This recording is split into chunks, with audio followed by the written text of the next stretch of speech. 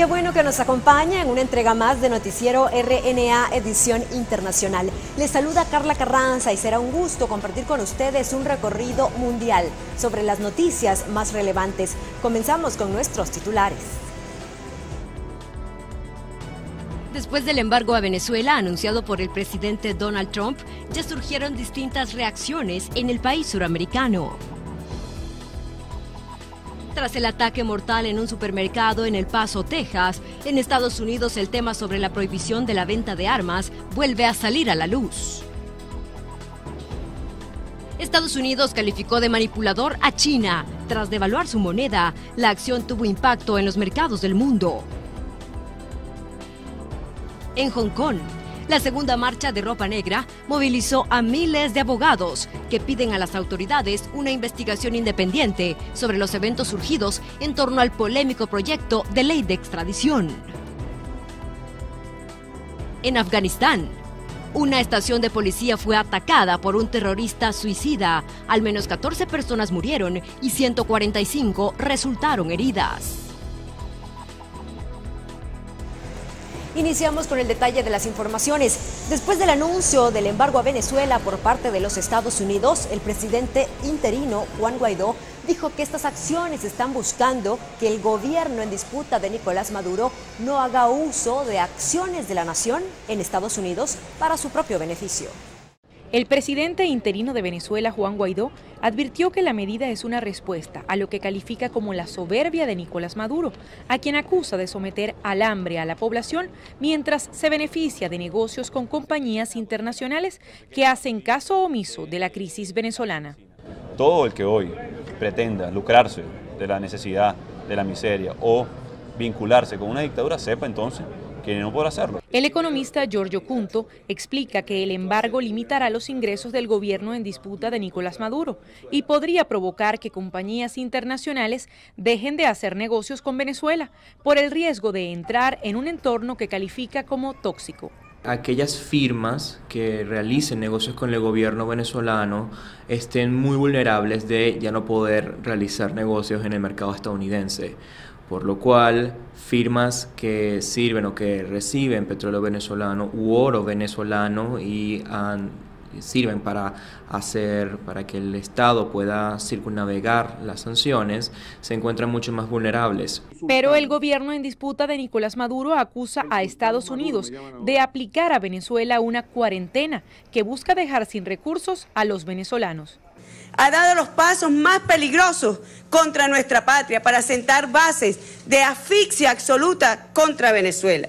Esto representa una nueva escalada de tensiones entre ambos países. Estados Unidos no tiene embajador en Caracas desde el año 2010 y en marzo de 2019 se decidió cerrar la sede diplomática en la capital venezolana por las diferencias surgidas luego de que Estados Unidos reconociera a Juan Guaidó como presidente interino del país y se desconociera el mandato de Nicolás Maduro. Adriana Núñez Rabascal, Voz de América, Caracas. Y después de estas medidas drásticas anunciadas por los Estados Unidos, el gobierno de Nicolás Maduro lo calificó de terrorismo económico.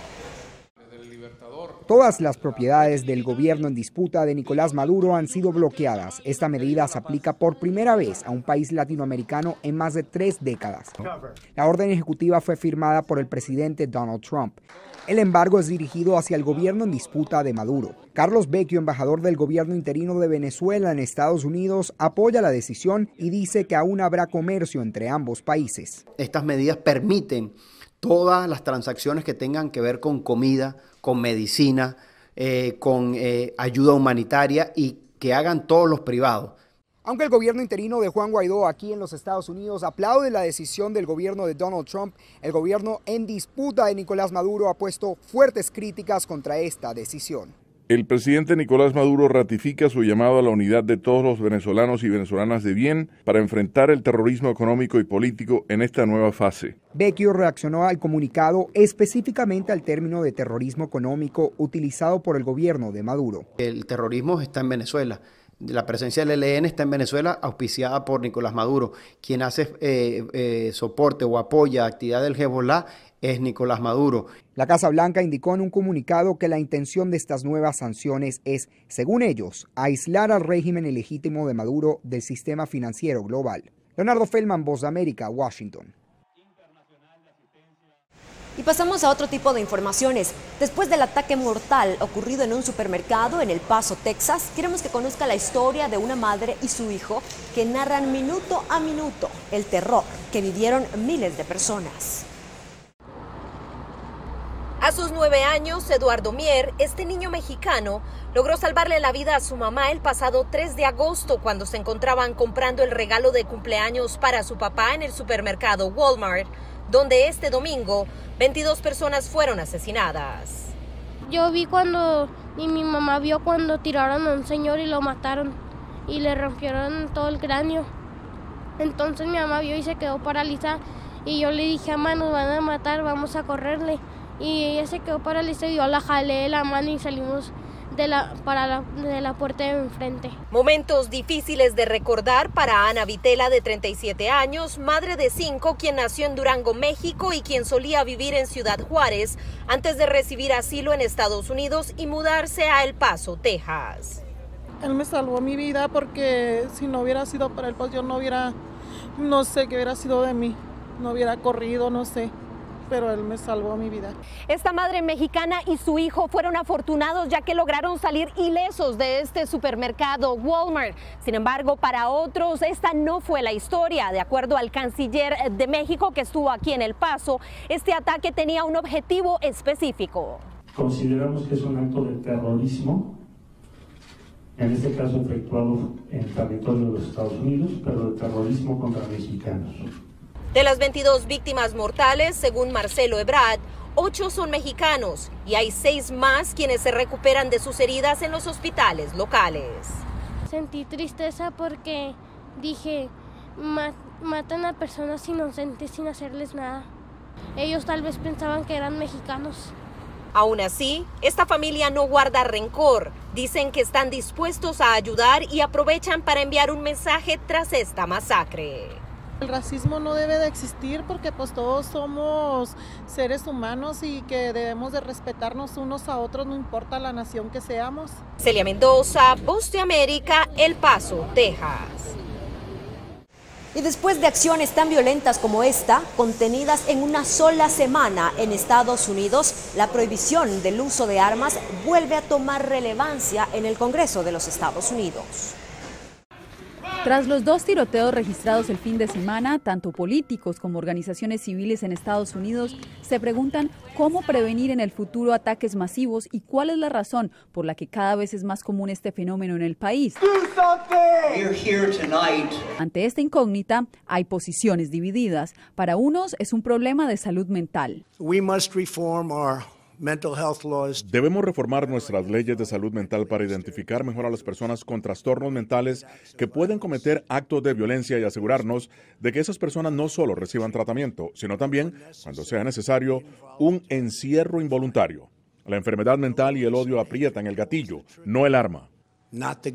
La Asociación Americana de Psicología publicó un comunicado donde afirma que el problema es la cantidad de armas en manos de civiles y el acceso que tienen los ciudadanos a ellas. La psicóloga Gabriela Romo coincide con esta postura. Son 2 cosas diferentes. Una persona violenta no quiere decir que está sufriendo de un trastorno de salud mental. Hay gente violenta que esto está fomentado por ideologías. Hace pocas horas, Mike DeWine, el gobernador de Ohio, el mismo estado donde se registró el segundo tiroteo el fin de semana, pidió a la Asamblea General que pase una norma donde se requieran nuevas verificaciones de antecedentes criminales para todas las ventas de armas y bloquear la obtención de armas de fuego a quienes representen una amenaza. Yasmín López, Voz de América, Washington. Estamos de regreso en Noticiero RNA Edición Internacional. Hablemos de temas económicos. Como un manipulador, calificó Estados Unidos a China después de devaluar su moneda. El impacto de esta acción comenzó a percibirse en el mercado mundial de manera inmediata. La moneda de China se estabiliza lentamente tras haber sufrido a comienzo de semana una devaluación que dejó la divisa por debajo del umbral de 7 unidades por dólar. La moneda china, como muchas de las monedas del mundo, ha caído frente a un dólar estadounidense fuerte. Es fuerte porque las tasas de interés de la Reserva Federal son mucho más altas que la mayoría de los países del mundo. El economista Mark Schadler resalta que la reacción de Estados Unidos de calificar a China de manipulador de divisas envió un mensaje más profundo. Creo que China reconoció que la calificación de Estados Unidos como manipulador es una política sin dientes, y porque no tiene dientes significa que Estados Unidos realmente no tomó represalias contra lo que hicieron los chinos. Pese a que las cifras están en mejora frente a la jornada anterior, economistas como Enrique Russell resaltan que los pronósticos futuros son inciertos, pues no dejan de crecer las tensiones entre las dos potencias. Lo que estamos viviendo es un peloteo de medidas por parte de la administración Trump, la contraparte China, y que en muchos casos generan incertidumbre en temas como tipo de cambio, flujos comerciales, flujos de inversiones. Se presume que más acciones puedan estar en camino, por lo que expertos resaltan que las tensiones sobrepasan asuntos comerciales y no descartan que otros países se vean afectados. Laura Sepúlveda, Voz de América, Nueva York. Y en más información nos vamos hasta Hong Kong, donde la segunda marcha de ropa negra movilizó a miles de abogados que están pidiendo a las autoridades una investigación independiente respecto a los eventos ocurridos en torno al polémico proyecto de ley de extradición. Más de 1.000 abogados marcharon por el distrito comercial de Hong Kong, instando a las autoridades a detener la persecución política y formar una comisión de investigación independiente sobre los recientes eventos provocados por un controvertido proyecto de ley de extradición. Profesionales legales vestidos con ropa negra formal desafiaron el abrasador sol de mediodía del miércoles y marcharon en silencio desde el Tribunal de Apelación a la oficina del Departamento de Justicia en el centro de la ciudad. Fue la segunda marcha de ropa negra organizada por el sector legal en 2 meses sobre el proyecto de ley de extradición que habría permitido a los sospechosos ser enviados desde Hong Kong a China continental y procesados bajo el opaco sistema legal de este último. Este es un informe de Kelly Abrego para la RNA. Y en otros temas, Ucrania está buscando detener la lucha que ejerce Rusia en su contra y a través de su máximo representante hizo un llamado directo al presidente Vladimir Putin. El nuevo líder de Ucrania dice que ha instado al presidente ruso Vladimir Putin a trabajar para detener la lucha en el este de Ucrania. El presidente ucraniano Volodymyr Zelensky dijo que le pidió a Putin el miércoles que influya en el otro lado para que dejen de matar a nuestra gente. El llamado de Zelensky se produjo un día después de que 4 soldados ucranianos fueron asesinados por insurgentes pro-Rusia. Zelensky dijo que espera hablar con el presidente francés Emmanuel Macron y la canciller alemana Angela Merkel más adelante en el día para impulsar una reunión con ellos y con Putin para buscar un acuerdo pacífico. El conflicto en el este de Ucrania estalló en abril de 2014 después de la anexión de Crimea por Rusia y ha matado a más de 13.000 personas. Este es un informe de Kelly Abrego para la RNA. Y en Afganistán, una estación de policías fue atacada por un terrorista suicida. Al menos 14 personas fallecieron y 145 más resultaron heridas. Un terrorista suicida con bomba talibán atacó el miércoles una estación de policía en la capital afgana, matando a 14 personas e hiriendo a 145.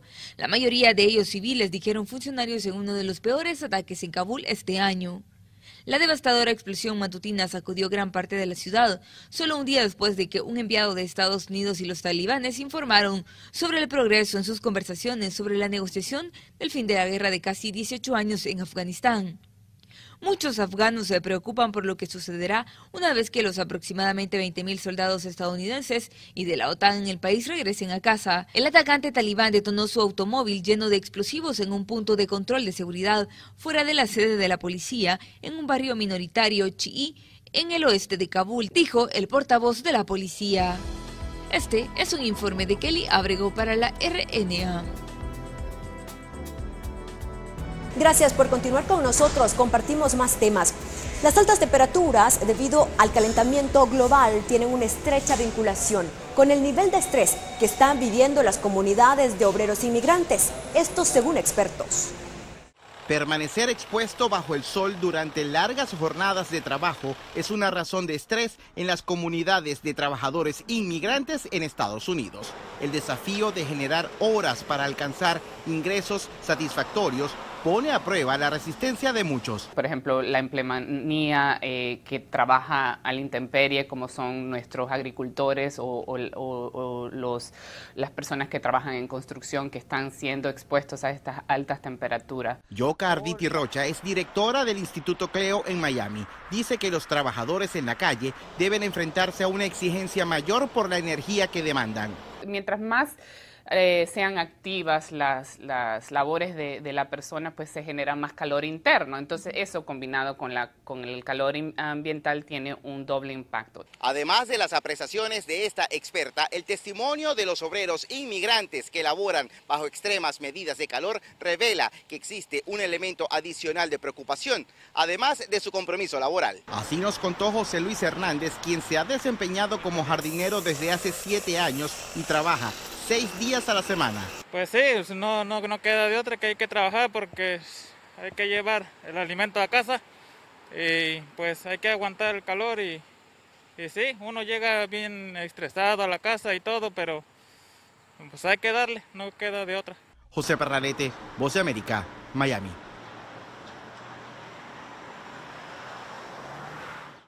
Y nos vamos ahora hasta El Salvador, donde el Gabinete de Seguridad del gobierno recién instalado de Nayib Bukele habla de las estrategias utilizadas para una reducción considerable en el índice de homicidios en un país en el que al día se registraban al menos 10 asesinatos. Proceden a la detención de Marlene del Carmen Flores Díaz y Juan Carlos Díaz Nájera. Estas 2 personas son las responsables de asesinar a la madre de 2 agentes de la Policía Nacional Civil, según las autoridades. En menos de 24 horas fueron atrapadas en Huayúa, Sonsonate, lugar donde cometieron el crimen, de acuerdo a las investigaciones, por problemas entre vecinos. A ella no la asesinaron por ser madre de 2 policías, sino que fue un hecho producto de la violencia social. Al parecer ella tenía problemas con algunos vecinos y bueno, la Policía Nacional Civil ayer con la efectividad que estamos teniendo en este periodo de Francia hemos logrado realizar 2 capturas. Nos falta capturar a un pandillero que sí colaboró en el hecho, pero no es un asesinato que tenga vínculo con pandillas. Un caso que indignó. Sin embargo, las autoridades de seguridad pública sostienen que los esfuerzos para bajar la cifra de homicidios diarios están dando resultado. Como evidencia, citan las estadísticas que en comparación a meses atrás reflejan una disminución importante. Tenemos una reducción casi del 67% en cuanto a homicidios. De hecho, el promedio de homicidios diarios ronda el 4.3 aproximadamente. Rogelio Rivas niega que haya un repunte de hechos violentos, sin embargo no oculta que el fin de semana se tornó un poco difícil. Solo el día sábado, que efectivamente fue un día típico, que sí hubo 10 homicidios. De ahí en adelante, por lo que va el mes, hemos logrado incluso bajar la tendencia que traíamos el mes de julio. Ante esta situación, los salvadoreños están a la expectativa. La delincuencia se convirtió en un fantasma y ven positivo los planes que se impulsan. Además, aplauden que las estadísticas de crímenes bajen, como lo dice el gobierno. Llamado al nuevo gobierno de que no cese de hacer lo que está haciendo, pues, y que continúe haciendo las cosas mejores. La baja de homicidios, de acuerdo a las autoridades, es el resultado del Plan Control Territorial, que por cierto está a punto de continuar en su tercera fase, donde se habla que será modernizada en todo el sentido de la palabra la Policía Nacional Civil y la Fuerza Armada, con el fin de realizar un trabajo más efectivo a nivel nacional. Con imágenes de Alfredo López, Julio Guevara, Noticiero Hechos. Más información importante se las compartimos en el siguiente resumen.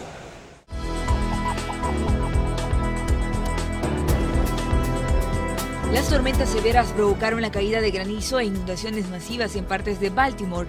La Oficina de Gestión de Emergencias de la ciudad informó que aparecieron múltiples tapas de alcantarillas debido a las inundaciones. También se informó de incendios a causa de la caída de rayos. Según los informes, unas 5.000 casas en Baltimore no tienen electricidad. Una casa portátil y un camión fueron arrastrados a un río durante un deslizamiento de tierra masivo en el suroeste del condado de Gunshan, en China, después del colapso del lado de la carretera. El deslizamiento de tierra fue causado por las lluvias continuas. No se informó sobre víctimas. Los bomberos italianos dicen que 200 personas fueron evacuadas durante la noche del martes, luego de un deslizamiento de tierra en la región norte de Lombardía. El video publicado por ANSA mostró una cantidad de autos volcados amontonados en el barro a lo largo de las calles inclinadas en la ciudad de Casar. Los bomberos continuaron limpiando los escombros este miércoles. Este es un informe de Kelly Abrego para la RNA.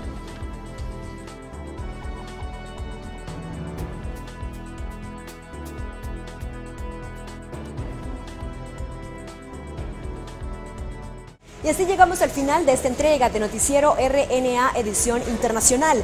Gracias por habernos acompañado. En la próxima les esperamos con más temas.